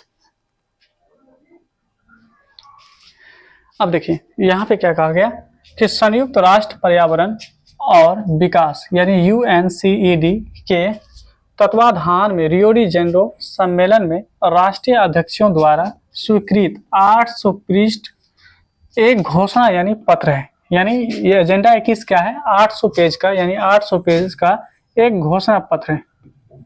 क्या है? घोषणा पत्र है।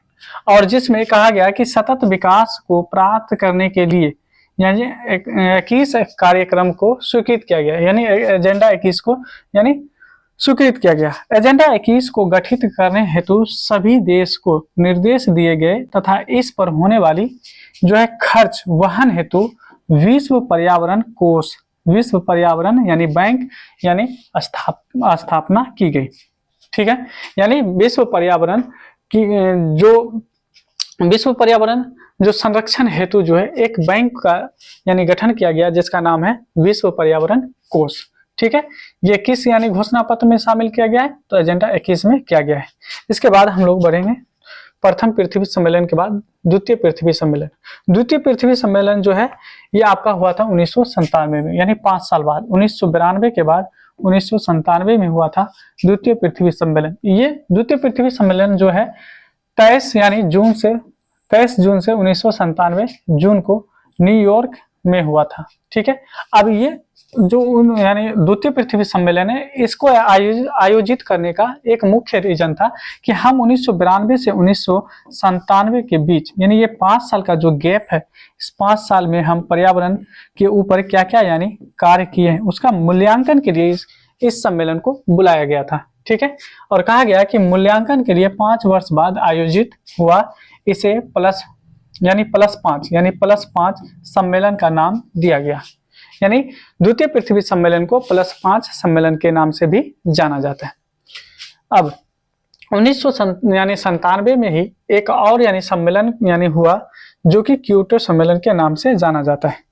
किस नाम से जाना जाता है? क्योटो सम्मेलन के नाम से 1997 में ही, यानी ये दिसंबर 1997 में पृथ्वी को ग्लोबल वार्मिंग से बचाने के लिए जापान, याद रखेंगे कि क्योटो सम्मेलन किस देश में हुआ था? तो जापान में, है ना। जापान के क्योटो शहर में जो है ये सम्मेलन को आयोजित किया गया था, जिसमें लगभग जो है 160 यानी 159 या 160 या 150 भी कर दें, है ना, ऑप्शन के अकॉर्डिंग आपको जाना है, देशों ने भाग लिया। इसमें 6 गैस यानी 6 प्रमुख गैस थे जिन पे जो है कहने का मतलब विचार किया गया था, जिसमें कार्बन डाइऑक्साइड है, मीथेन है, NO2 है ना, HFC है, पर फ्लोरोकार्बन है और सल्फर हेक्साक्लोराइड है।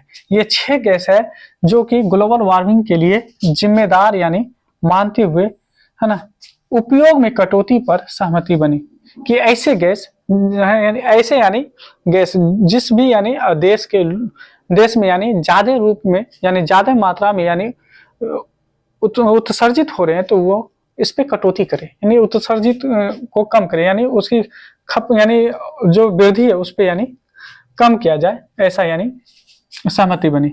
जहां कहा कि यूरोपीय संघ ग्रीन हाउस गैस के उत्सर्जन में यानी कुछ यूरोप के देश थे उसको कहा गया, जैसे 8% जो है संयुक्त राज्य अमेरिका और 7% जापान।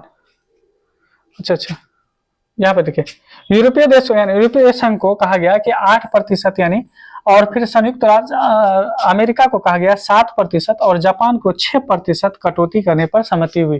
यानी कहा गया कि जो यूरोपीय देश हैं, जो यूरोप के देश हैं, उनको कहा गया कि आप कम से कम 8% यानी जो है गैस की यानी कटौती कीजिए, गैस की खपत में जो है गिरावट लाइए, यानी गैस जो है उत्सर्जित ना हो। और यूएसए को कहा गया यानी संयुक्त राज्य अमेरिका को कहा गया कि आप 7% यानी कटौती कीजिए, जापान को कहा गया कि 6% कटौती कीजिए, और ये सारी बातों पे यानी सहमति बनी। ये मॉन्ट्रियल समझौता 1987 का विस्तार भी माना जाता है, क्योंकि आप जानते हैं कि 1987 में मॉन्ट्रियल जो समझौता हुआ था उसमें भी ग्रीन हाउस गैसों के ऊपर ही यानी संकट यानी चिंता जताई गई थी, संकट पर चिंता जताई गई थी। इस सम्मेलन को विश्व पर्यावरण सम्मेलन या ग्रीन हाउस सम्मेलन के नाम से भी जाना जाता है। तो याद रखेंगे कि क्योटो सम्मेलन जो है 1997 में जापान के क्योटो शहर में हुआ था, और इसमें जो है लगभग 159 देश के प्रतिनिधियों ने यानी भाग लिया, और इसमें 6 यानी गैसों को ग्लोबल वार्मिंग के लिए जिम्मेदार यानी ठहराया गया था। इनमें से यूरोपीय कंट्री यानी यूरोपीय देश यानी संघ के जो देश थे उनको कहा गया कि आप जो है 8% ऐसे गैसों में कटौती लाइए, और यूएसए को कहा गया कि आप 7% कटौती लाइए, जापान को कहा गया 6% यानी ऐसे गैसों में कटौती लाइए। ठीक है, और इस सम्मेलन को जो है मॉन्ट्रियल यानी समझौता का विस्तार भी कहा जाता है।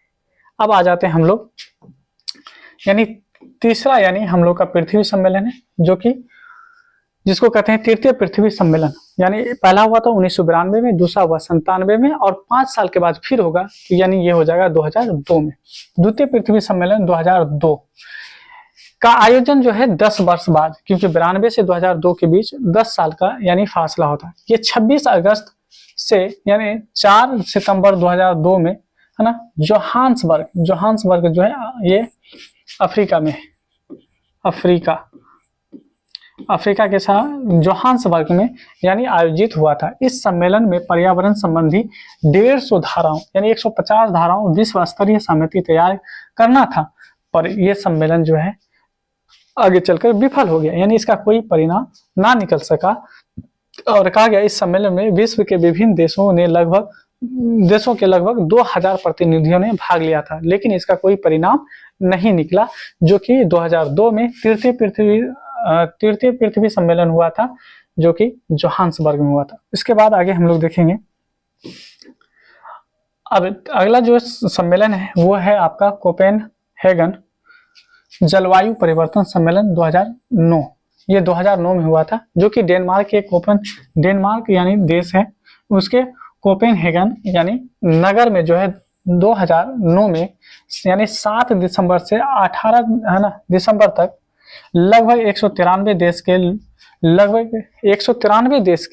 लगभग 15,000 से भी अधिक प्रतिनिधियों ने भाग लिया और कॉन्फ्रेंस ऑफ पार्टीज यानी कॉन्फ्रेंस ऑफ पार्टीज का यह 15वां यानी संविधान था।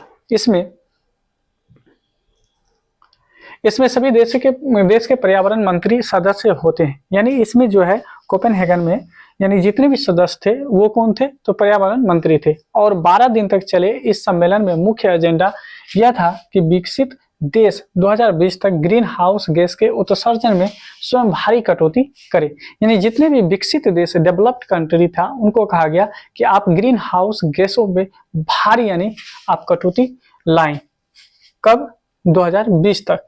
तथा इस संकट से निपटने के लिए विकासशील और निर्धन देशों के प्रयास के लिए आप आर्थिक एवं तकनीकी सहायता भी प्रदान करें। यानी कहा गया कि वैसे देश जिस देश के पास पैसे नहीं है या टेक्नोलॉजी नहीं है, वैसे देशों को विकसित देश हेल्प करें, मदद करें, ताकि ग्रीन हाउस गैस जो है उसकी कटौती हो सके। इसके बाद आज का आखिरी यानी टॉपिक है जिसका नाम है सतत विकास की अवधारणा। ये सतत विकास होता क्या है इसको समझते हैं। तो सतत विकास जो है कहा जाता है कि सतत पोषणीय विकास एक ऐसा विकास है जिसमें भविष्य में आने वाली पीढ़ियों की आवश्यकता की पूर्ति को बिना प्रभावित किए वर्तमान पीढ़ी अपनी आवश्यकता की पूर्ति करे। यानी कहने का मतलब है कि वर्तमान समय में आप यानी संसाधनों का इस्तेमाल करें, लेकिन आने वाली जो पीढ़ी है उनकी आवश्यकताओं को भी ध्यान में रखें। ठीक है, इसी को कहा गया सतत विकास की अवधारणा। तो आज के वीडियो में हम लोग क्लास 10th के जो ज्योग्राफी है, ज्योग्राफी का भी जो पहला इकाई था, इकाई यानी कहने का मतलब आपका एक, जिसका नाम था भारत संसाधन एवं उपयोग, इनको हम लोग जो है कंप्लीट रूप से हम लोग पढ़ चुके हैं। अब इनका जितना भी ऑब्जेक्टिव सवाल होगा इस चैप्टर से वो हम आपको नेक्स्ट वीडियो में लेके आएंगे। तब तक आप सारे नोट को बनाएं और इसको एक बार 2 बार और देखें ताकि और कॉन्सेप्ट क्लियर हो सके। तो इसी उम्मीद से मिलते हैं नेक्स्ट वीडियो में।